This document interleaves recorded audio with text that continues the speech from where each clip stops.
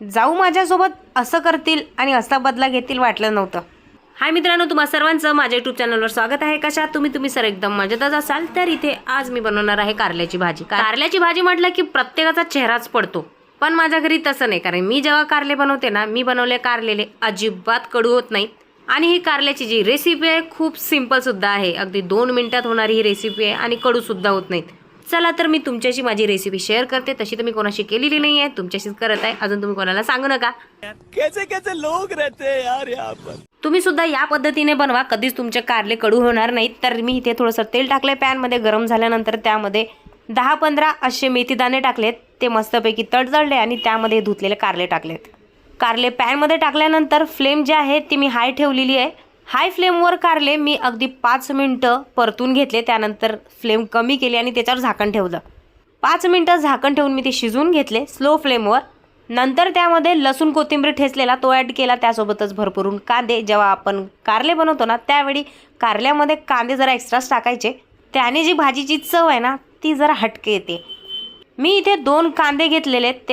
त्यानंतर मी याच्यामध्ये चवीपुरतं मीठ आणि तिखट, हळद आणि गरम मसाला टाकलेला आहे. सर्व एकत्र मिक्स करून 5 ते 10 मिनटं मी स्लो गॅसवरच ते असं परतून घेईल, जोपर्यंत त्याचा असा कलर चेंज होत नाही आणि कुरकुरीत होत नाही. अशा पद्धतीने जर तुम्ही भाजी केली ना, तर अजिबात भाजी कडू होणार नाही. माझं तर काम इथे झालेलं आहे. जाऊ करत आहेत आता चपात्या. आणि जशी गरमागरम चपाती झाली तसं मी डायरेक्ट जेवण करायला घेतलं. इतकी छान झाली होती ना कारल्याची भाजी. मी दुसरी भाजी तर अजिबातच घेतली नव्हती, फक्त कारल्याची भाजी खाल्ली. बाहेरचं वातावरण तर असं झालं होतं की बस आता असा पाऊस पडणार, पण एक थेंब पाऊस पडायला तयार नाही. पेटपूजा झाल्यानंतर आता म्हटलं चला आपलं थोडंसं काम करावं.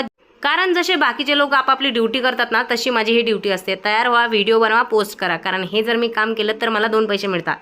तशी तर खूप दिवसापासून साडी येऊन पडलेली होती, पण माझी इच्छा होत नव्हती. शेवटी मी ते मनावर घेतलं आणि 15 ऑगस्टसाठी शूट करून घेतला. ही साडी घालून मला शूट करायचा होता बाहेर म्हणजे जे बाहेरचं वातावरण आहे त्यामध्ये. पण माझे व्हिडिओ काढायला कोणीच नसतं, तुम्हाला माहिती आहे. त्यामुळे मला ते घरीच करावे लागले आणि माझी इच्छाच राहिली. 1 तारखेपासून ट्युशन जी आहे ती स्टार्ट झाली आहे. हिमांशूसुद्धा जातोय, पण बिट्टू काही नावच घेत नव्हती जायचं. शेवटी आज 10 तारीख. तिला म्हटलं आज जाच तू बेटा. आतापर्यंत मी तिची घरीच ट्युशन घेत होती, पण म्हटलं चला जाऊ द्या. ट्युशनमध्ये थोडंसं मुलांना पण वेळ मिळतो, मुलांसोबत खेळणं पण होतं तिचं आणि तिला बरं पण वाटतं. आणि घरी आल्यानंतर सुद्धा मी तिचा स्टडी कंप्लीट करत असते. रूममध्ये आल्यानंतर मी डायरेक्ट पहिला आरामच केला.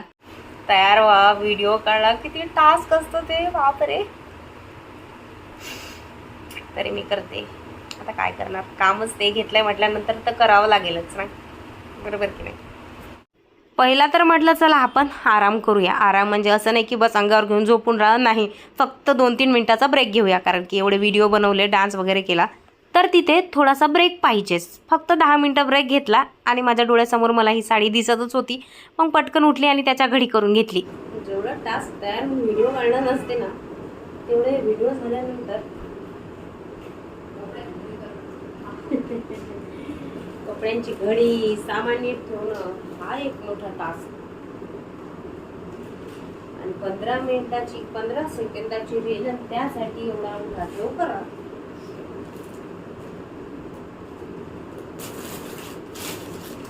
आणि घर तुम्हाला शांत दिसत असेल.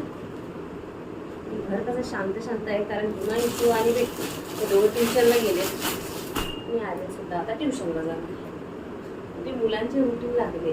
ते कसं आहे, होमवर्क तर करतात, प्लस मग एक्स्ट्रा सुद्धा होमवर्क करायला मिळते म्हणून मी पाठवलं. आणि जर मी स्कूलमधलं घेते ना रात्रीला, तर ती जेवढं असते तेवढंच करते, त्यावर जास्त करत नाही. आणि आता कसं आहे की छोटी आहे वाटत आहे, पण नंतर ती फर्स्ट स्टँडर्डला जाणार तर मग तिला भारी जाईल. म्हणून मग आतापासूनच मी तिला तुमची सवय लावते. आणि जास्त काही मॅम देत नाहीत, कारण मॅमला सुद्धा माहिती आहे की मुलं एवढं करत नाही. तर ट्युशनवाला मॅम थोडंच होमवर्क देतात. तिकडे असले तर बरं राहतात आणि थोडंसं मुलांमध्ये पण राहायला पाहिजे. तर ते स्कूलमधून आल्यानंतर दिवसभर घरामध्ये असते, फक्त एकच बाहेर खेळायला जाते. थोड्या वेळात राहा कसं द्यावं. आज मी काय केलं ना, आज मी अजिबातच ब्लॉग एडिट केला नव्हता. त्यामुळे फक्त माझा जो शूट आहे त्याकडे लक्ष दिलं आणि त्यानंतर माझ्या रूमला सावरलं. कारण बरेच दिवस झाले माझ्या जरा रूमकडे दुर्लक्षच झालं होतं. आणि मी रूम किती आवरली तरी काहीच फायदा नाही, कारण की संध्याकाळी ती रूम जशीच्या तशीच होणार. कारण बाप और बेटी मेरी रूम ऐसी बना देते हैं जैसे मैंने कभी साफ सफाई नहीं की हो. आणि रोज संध्याकाळी आवर्जून हा मला चहा लागतोच. आणि सकाळपासून मी जरा कामामध्येच होते आणि त्यामुळे मला आला होता थकवा. आणि थकवा जाण्यासाठी एकमेव एनर्जी ड्रिंक म्हणजे आमच्यासाठी चहाच असतो. इथे खूप सारा आलं घेतला आणि ठसठस ठेसून चहामध्ये टाकला. आलं मला खूप लागतं चहामध्ये. तर झालं असं की सकाळपासून ना माझा पाय खूप दुखत होता आणि त्यामध्ये ना पज सुट्टा झालेला त्या जखमेला. या बिट्टूने माझा जो मलम आहे तो कुठं हरवला काही माहिती नाही आणि तो दिसतसुद्धा नाही आहे. मी कालपासून शोधत आहे. जाऊला मी ते सांगितलं तर जाऊ म्हणाला माझ्याकडे पण आहे जखम सुक्याचा मलम, तो तू घे आणि तो लाव. मी पण शोधाशोध केली आणि त्यांच्या रूममधला तो मलम घेतला आणि माझ्या पायाला लावला. तो जसा मलम लावला ना थोड्या वेळानंतर त्याला एवढी खाज सुटली की खाज सुटून तो पूर्ण जो टोंगडा आहे माझा पूर्ण लाल झाला. त्यासोबतच एवढी आग होत होती त्याच्यामध्ये. मी खूप रडत होती आणि विचार करत होती मी जाऊला काच मागितला हा काच लावला. त्या माझ्यासोबत कोणता बदला घेत आहे असा मी विचार करत होती. पण कसला काय बदला, त्यांनी माझ्या चांगल्यासाठीच दिला होता मला. तो थोडासा लावायचा असेल पण मी जरा शहाणपण केलं, तो खूप सारा लावून घेतला म्हणून मला असं ते भोवलं असेल. कधी कधी आपला शहाणपणा आपल्या अंगाशी येतो असं झालंय. कैसे कैसे लोग रहते हैं यार यहाँ पर. 20-25 मिनटं त्या मलमने मला माझ्या पायामध्ये त्रास झाला. त्यानंतर काहीच वाटलं नाही. जखम अशी सोकल्यासारखी सुद्धा वाटत होती आणि आजूबाजूला जे डाग झाले होते ना जखमेचे ते सुद्धा गेले होते त्या क्रीममुळे.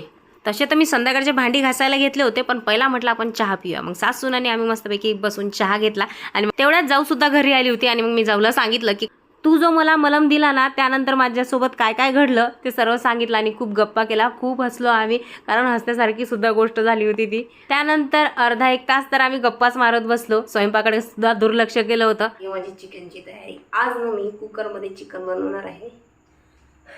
तर यामध्ये मी घेतलंय कोथिंबीर, हिरव्या मिरच्या, आलं आणि लसूण त्याची पेस्ट तयार करणार. इथे मिरच्या, कांदा, टोमॅटो टाकणार. जसं मी बिर्याणीसाठी बनवते ना सेम तसंच चिकन बनवणार आहे. कुकरला 2-3 शिट्ट्या लावून एकदम भारी लागतं ते. पण यामध्ये फक्त दही नसणार आहे, यामध्ये असणार आहे लिंबू. 2 दिवस झाले आणि मी मटन चिकन खाल्लं नाही. तर मला तरी असं वाटते की जेवणात काही आनंदच राहिला नाही. कारण जोपर्यंत चिकन मटन आणत नाही ना तोपर्यंत मला जेवल्यासारखं वाटतच नाही. आणि प्रत्येकाचं असं नसते, प्रत्येकांची वेगवेगळी आवड असते. पण मला चिकन मटन पाहिजे म्हणजे पाहिजे.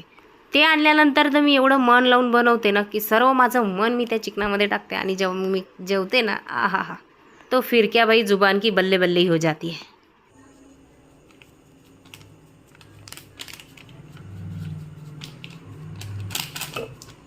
तर अशा पद्धतीने मी यामध्ये कांदे, टोमॅटो आणि जे मगाशी मिक्सरमधून काढलेला आलं, लसूण, कोथिंबीर त्याची पेस्ट टाकली आहे. कोथिंबीर, चिरलेल्या 2-3 हिरव्या मिरच्या, लाल तिखट, हळद, गरम मसाला, धनिया पावडर आणि सर्व एकत्र मिक्स करून घेणार. आणि वरून टाकलं होतं मी लिंबू. आणि हे मिक्स केलेलं चिकन जर अर्धा-पाऊण तास मी मॅरिनेट केलं असतं तर त्याहीपेक्षा त्याची चव भारी असती. पण चिकन लेट आणल्यामुळे माझ्याकडे तरी एवढा वेळ नव्हता कारण की सर्वांना खूप भुका लागल्या होत्या. सर्वांचं काय, मला तर सर्वात जास्त भूक लागली होती आणि चिकन मटन असलं की त्याहीपेक्षा भूक लागते. कुकरमध्ये तेल टाकलं आणि जे बॅटर ठेवलेलं होतं साईडला ते सर्व कुकरमध्ये टाकून मिक्स केलं. 3 शिट्ट्या होईपर्यंत म्हणजे मी गॅस जो आहे तो स्लोच ठेवला होता कारण स्लो गॅसवर जे चिकन शिजतं ना ते पण खायला खूप छान लागतं. आणि जाऊ पण किचनमध्ये आले होती तर मग तिच्यासोबत पण खूप गप्पा गोष्टी करत मी ते काम केलं होतं. कारण तिच्यासोबत थोड्याफार गप्पा गोष्टी शेअर केल्या नाहीत ना तोपर्यंत मनात असं वजन असल्यासारखं वाटतं. कारण घराच्या बाहेर पडणं होत नाही आणि जे घरातल्या गोष्टी असतात ते शेअर केल्याशिवाय राहायला जात नाही. बापरे, तू काय झांबल करत आहेस? बोल बोल बोल राणी बोल बोल बोल राणी क्या चाहिए. त्यापेक्षा मी कोणी दिलं गोल गोल फिरण्यापेक्षा. I am searching my video. अरे searching my video to create. मला जर आळस आला ना मी कधीही चान्स मारून बघते जाऊ करते का. पण कसलं काही जाऊने काही माझी दाढ शिजू दिली नाही. शेवटी 20 पटकन त्याला फोडणी दिली. त्या मोबाईलमध्ये तोंड घालून अशा बसल्या होत्या. ते बघून तर मला असं वाटलं होतं आता काहीतरी उद्या अशी छानशी रेसिपी खायला मिळेल. पण कसलं काय, ते ज्यावेळेस एवढं मोबाईलमध्ये झूम करून बघतात ना त्यावेळेस त्यांच्या ते ड्युटीचा चार्ट बघत असतात. माझा तर सतत विचार नुसतं खाण्याकडेच असतो. त्यामुळे मला असं वाटलं की ते रेसिपीज बघत आहेत का. पण माझा फार मोठासा पचका झाला. माझे कान फक्त कुकरकडेच होते. कधी 3 शिट्ट्या होतात आणि कधी मी गरमागरम जेवते.